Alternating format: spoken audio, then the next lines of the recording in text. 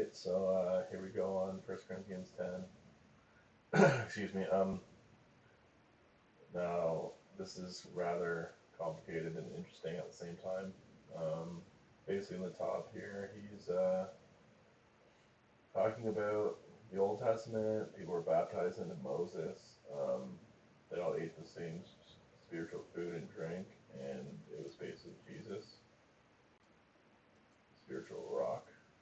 Yeah, that's a reference to time of Moses. Anyway, um, and he's saying, but with most of them, God was not pleased. Their bodies were scattered in the wilderness. And we carry on. He's talking about some examples here. Not lusting after evil things, not becoming idolaters, and again, we're going to touch on sexual immorality, and we're going to see that generally it's almost always tied in with some form of idolatry too. Um, I'll repeat the definition: adultery, prostitution, and incest. But I think not adultery, prostitution is generally the most common one that I think happens, um, and is in reference with and like similar to idolatry at the same time because of the spiritual aspect that I've explained before. I'll say quickly that there's a lot of marriage and covenant language and relationship in terms of the church and Jesus. And the old covenant is a different covenant, and that's how marriage is a covenant too. So having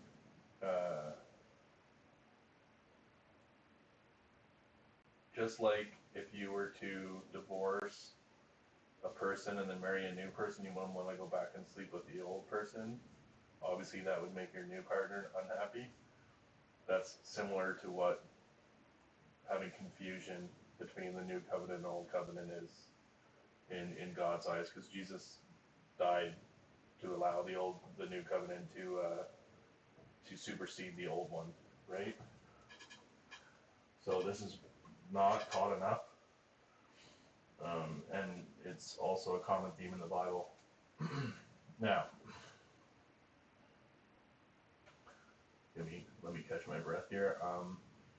So we're gonna go to, if you see here, he's talking about in one day 23,000 fell. We're gonna go back to Numbers 25, and notice you have the word harlotry here. And you can see pretty quickly there's also idolatry.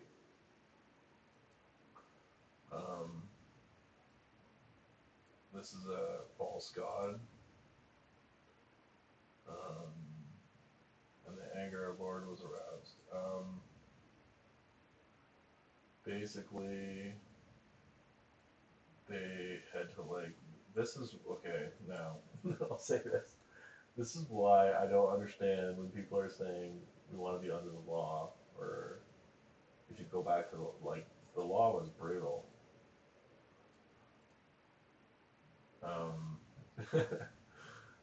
Yeah. You can read this whole thing if you want, but this is where 24,000 people died, and that's the entire plague. That's not in one day, right? The New Testament says in one day, and this says in the plague. So I think 1,000 people died probably the next day, maybe, or something. But anyway, the point is, a lot of people died.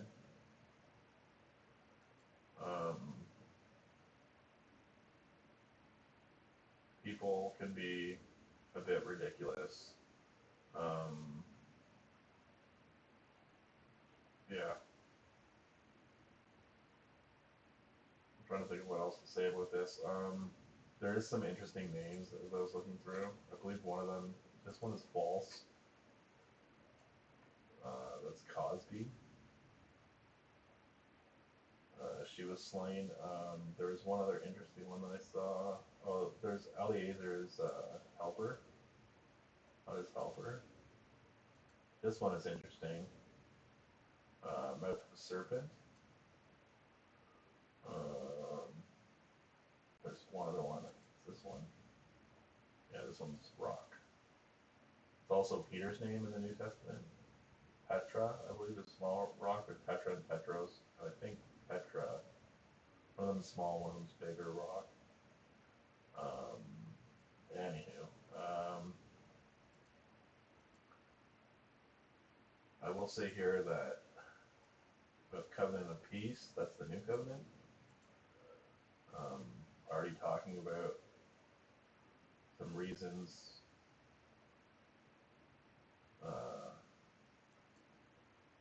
Eliezer, that's God's helper that we just looked at, son of Aaron. Aaron was the high priest, I believe. I'm not sure at this time. It might have been Eliezer at this time again, but I believe Aaron was one of the first high priests. So basically, they did some spiritual. I don't know if it says exactly what they did here. They probably did a sacrifice or something. That was how they covered the sin of Israel back in the day. Now you might ask why God didn't treat everyone like this. And it's because Israel entered a covenant with God willingly, the Old Covenant. Abraham's covenant, Abraham made lots of mistakes and God didn't do anything like this. It was also built on grace. It was kind of while Abraham was sleeping. And we are actually beneficiaries of Abraham because the new covenant is actually an extension of Abraham's covenant rather than the old covenant. So it's kind of somewhat complicated. I might try to do it with like a picture. Like I might try to find a visual way to explain it because for some people that's easier to understand at some point. But for now, we'll just point out that there was ways to cover their sin and that, and God didn't enjoy doing this. But we are made in God's image, I'll say, and just how we can be jealous in relationships, so can God be. Especially, I'll just leave it there, I think. There's a lot of more interesting stuff, but this video will go really long if I keep going too much. Now, so we will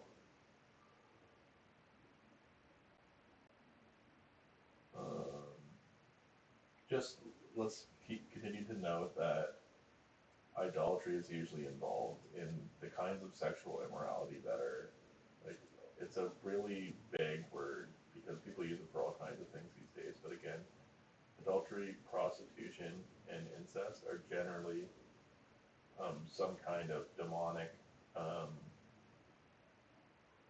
idolatry related.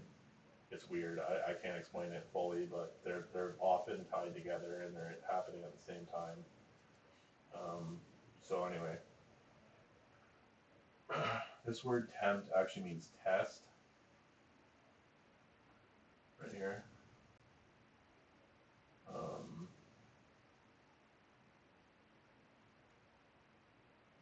So Paul's talking about not complaining, being grateful. Basically, is the opposite of complaining.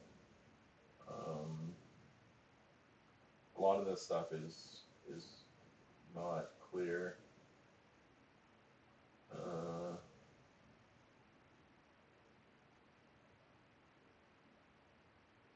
like this part. So this is actually quite commonly quoted. That sometimes people want to give up, but basically that's that God will give a way of escape, and He won't allow you to go through something you can't handle.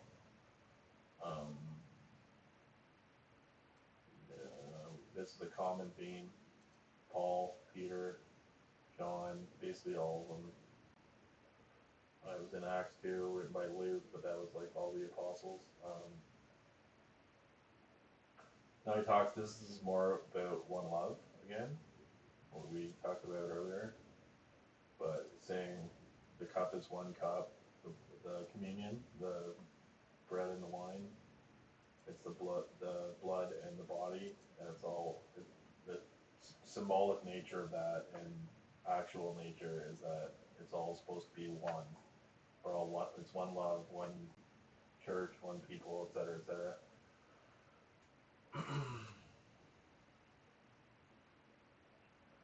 So now he does talk about how we shouldn't eat things sacrificed to. I think it says demons here. Yeah, at this point, I could quickly look up what that actual word is. It might be sometimes it's actually angels because demons are fallen angels. I'll look it up for interest's sake.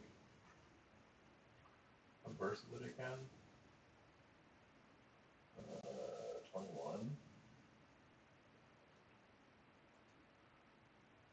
It actually does say demon here. Demonic being. Excuse me. Okay, so.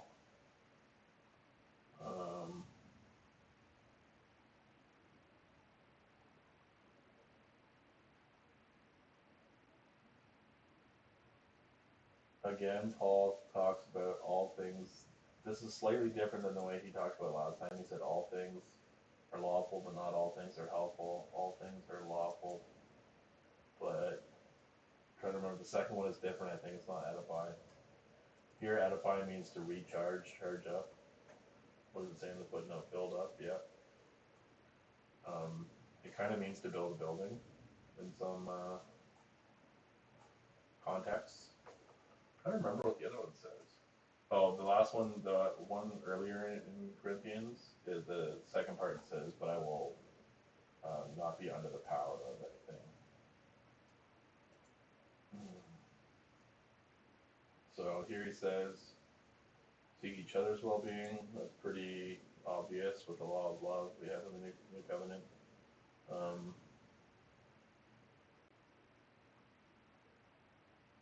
Look, this is weird. He just went on going on about how you shouldn't eat things sacrificed to idols, but then when you're in the meat market, ask no questions for conscience sake. So don't be worried about where it came from. So it could have come from here. So again, Paul's saying all things are lawful, so you can do it. But then look at some of the reasons why he says you can do it, even though he's saying here you shouldn't do it. If someone invites you to dinner, you can just eat it, asking no questions, because it's like a form of honor and respect. And you're clearly going there for, as long as you're going there for a good reason to be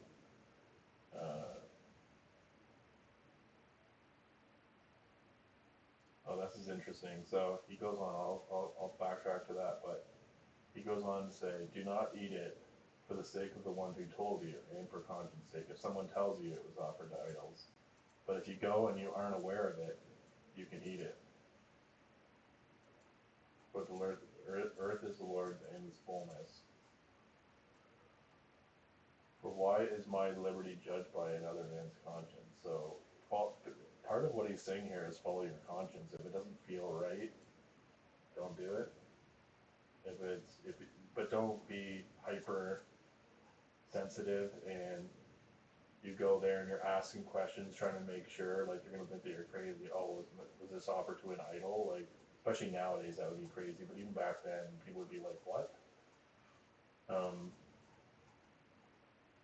I think the reason why he's saying here, if someone tells you, a reason why you might not want to eat it is out of respect for God. Like my God is Jesus, so I don't want to eat something that was offered to another God, etc. Just out of respect. Like it's kind of the same thing about not denying God.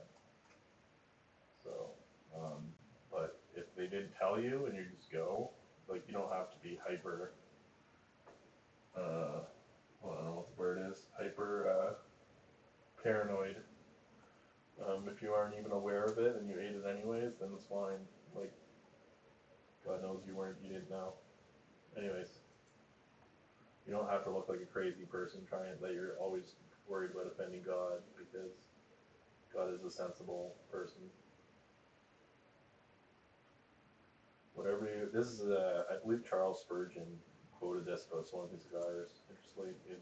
Interestingly enough, it said, "Whatever you eat or drink, or whatever you do, do it to the glory of God." So I believe it was Charles Spurgeon who would say he would smoke a cigar and say he was doing it to the glory of God. Now he did die from, I think he might have died from lung cancer or something. I'm not quite sure. Try not to purposely offend people. Now this is interesting in a time where Kanye is saying things about the Jews, either to the Jews nor the Greeks or to the church. So try not to offend people. In some cases, this is Paul writing this. So there was some cases where Paul did offend people, and it was mostly just over the truth of the gospel, and over important things that basically it's hard to explain it all, because it's basically all the things. He's offended people a lot, actually, but not for no reason. There was always a very good reason for it, if not at least a good reason. See, it's weird because he says, "Just as I also please all men in all things, not seeking my own profit, but that they may be saved." So a lot of the people Paul offended was actually people that were already saved, and he was trying to help. And he was doing it for their sakes, not for his sake. So a lot of this stuff is very like, what I don't like is when people take one thing here, like let's say, give no offense, we just focus on that and we don't focus on the wider perspective of what Paul's saying.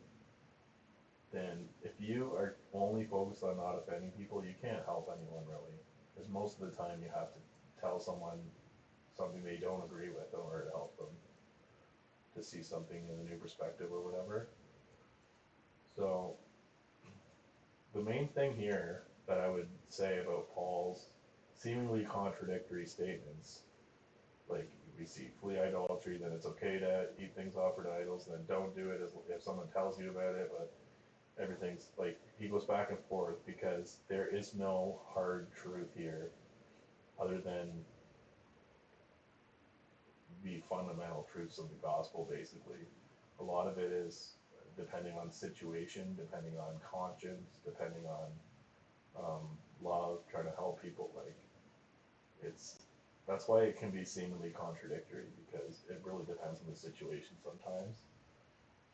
And we have conscience and hearts for a reason that help guide us. I think that's a good place to end it, and thank you.